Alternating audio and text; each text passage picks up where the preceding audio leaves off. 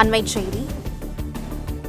30,000 ரூபாய் லஞ்சம் வாங்கிய புகாரில் தென்காசி கடையம் காவல் நிலைய பெண் காவல் ஆய்வாளர் மேரி ஜமீதா கைது செய்யப்பட்டிருக்கிறார்.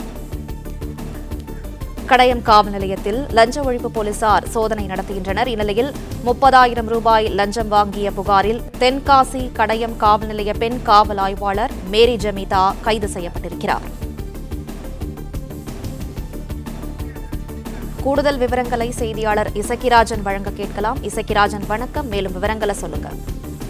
வணக்கம். தென்காசி மாவட்டம் கடையம் காவல் நிலையத்தில் உதயகுமார் என்பவருடைய கார் ஒரு வழக்கில் சிக்கியிருக்கிறது. இந்த வழக்கிலிருந்து வழக்கை சீக்கிரம் விரைந்து முடிக்கவும் அந்த காரை விடுவிப்பதற்காக காவல் நிலையத்தில் உதயகுமார் காவல் ஆய்வாளர் மேரி ஜமீதாவை சந்தித்து பேசியுள்ளார். அப்பொழுது அவர் இந்த வழக்கை விரைந்து முடிப்பதற்கும் காரை விடுவிப்பதற்கும் ரூபாய் 30,000 லஞ்சம் கேட்டதாக கூறப்படுகிறது. இதன் தொடர்ச்சியாக அவர் தென்காசி மாவட்ட லஞ்ச ஒழிப்புத்துறை டிஎஸ்பி பால் சுந்தரிடம் புகார் செய்தார். புகாரின் அடிப்படையில் ரசாயன பவுடர் தடவிய 30,000 ரூபாய் ரொக்க பணத்தை இன்று நேரில் கடையம் காவல் நிலையத்தில் ஆய்வாளரிடம் வழங்கும் பொழுது மறைந்திருந்த காவல்துறை ஆய்வாளர் மேரி ஜமீதாவை கைது செய்துள்ளனர். இதன் காரணமாக அந்த பகுதியில் பரபரப்பான சூழல் நிலவி வருகிறது.